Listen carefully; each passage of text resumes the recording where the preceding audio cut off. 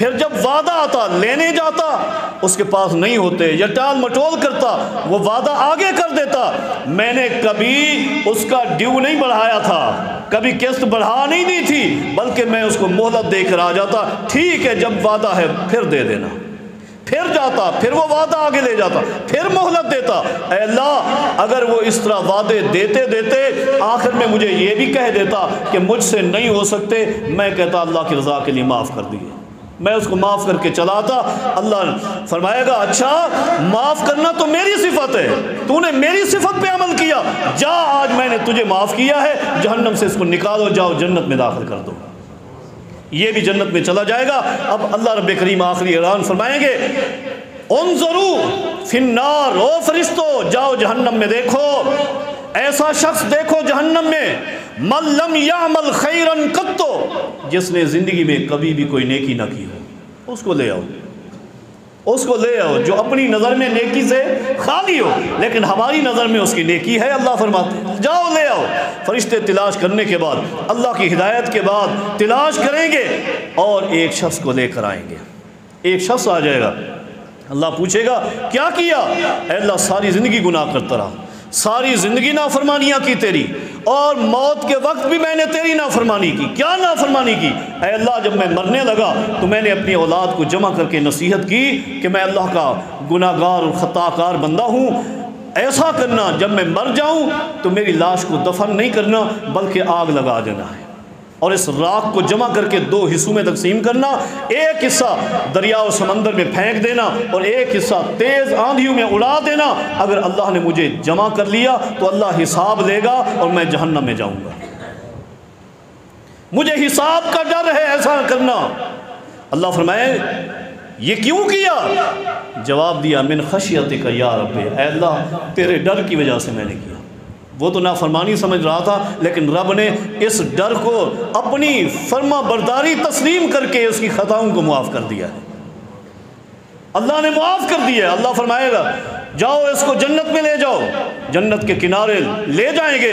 نبی علیہ الصلوۃ والسلام فرماتے ہیں جنت کے دانے پہ کنارے پہ جب دروازے پہ کھڑا ہوگا تو اللہ رب کریم فرمائیں گے آج ہم آپ کو جنت کا اتنا حصہ دیتے ہیں، دنیا کے اندر تیری معلومات میں جو سب سے بڑا بادشاہ تھا، جس بادشاہ کی سلطنت اور مملکت رقبے کے لحاظ سے سب سے بڑی تھی، جس کا ملک سب سے بڑا تھا، اس بادشاہ جتنا تجھے جنت میں دیتے ہیں اتنا؟ فرمایا نہیں، حدیث میں آتا ہے وَسَبْعَةَ أَمْثَالٍ، مزید 7 اتنی حکومتیں بھی نہیں، بلکہ حدیث میں 10 أمثال، 10 اتنا بڑے اور ملکوں کی بھی رقبہ آپ ملا لیں، اتنا حصہ اللہ فرماتے ہیں جنت میں تیرا ہے، چلا جا۔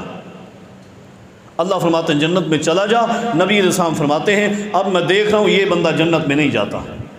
اللہ پھر فرماتے ہیں جنت میں چلا جا، یہ نہیں جاتا، اور اللہ کی طرف دیکھ کر کہتا ہے اے اللہ اتسخر بی وانت رب العالمین، اے اللہ تو کائنات کا رب ہے اور مجھ جیسے سے تو مذاق کر رہا ہے، اللہ میرے ساتھ مذاق تو نہ کر، میں اتنا بڑا خطا کار، اتنا بڑا گناہ گار، اور جنت کا اتنا حصہ مجھے تو نہیں مل سکتا، میری امید نہیں، اللہ تو مذاق کر رہا ہے۔ نبی علیہ الصلوۃ والسلام فرماتے ہیں جب اس بندے نے یہ الفاظ ادا کیے ضحک ربنا، ہمارے رب بھی مسکرا پڑے، اور وہ چاشت کا وقت تھا، میں یہ منظر دیکھ رہا تھا، جب اللہ مسکرائے تو میں محمد بھی مسکرا پڑا۔ لوگوں اللہ نے اس بندے کو جنت میں داخل کر دیا۔ حضرات میں نے اختصار کے ساتھ یہ حدیث بھی آپ کے سامنے رکھی، اور یہ باتیں دو نوٹ کریں، اللہ رب کریم نے آخرت میں جو مقام نبی علیہ الصلوۃ والسلام کو عطا کیے ہیں، جو آپ کی خصائص ہیں، 2 خصائص آپ کے سامنے عرض کیے، نمبر 1 الوسیلہ والفضیلہ، اور نمبر 2 مقام محمود، جسے شفاعت عظمیٰ کہتے ہیں، کہ سب سے پہلے جو شفاعت کا صحرا ہے وہ محمد الرسول اللہ صلی اللہ علیہ وسلم کو اللہ عطا فرمائے گا۔ اللہ رب کریم سے دعا ہے اللہ رب کریم ہم سب کو قرآن و حدیث پر عمل پیرا ہونے کی توفیق عطا فرما دے۔ اقول قولی ھذا استغفر اللہ لی ولکم ولسائر المسلمین۔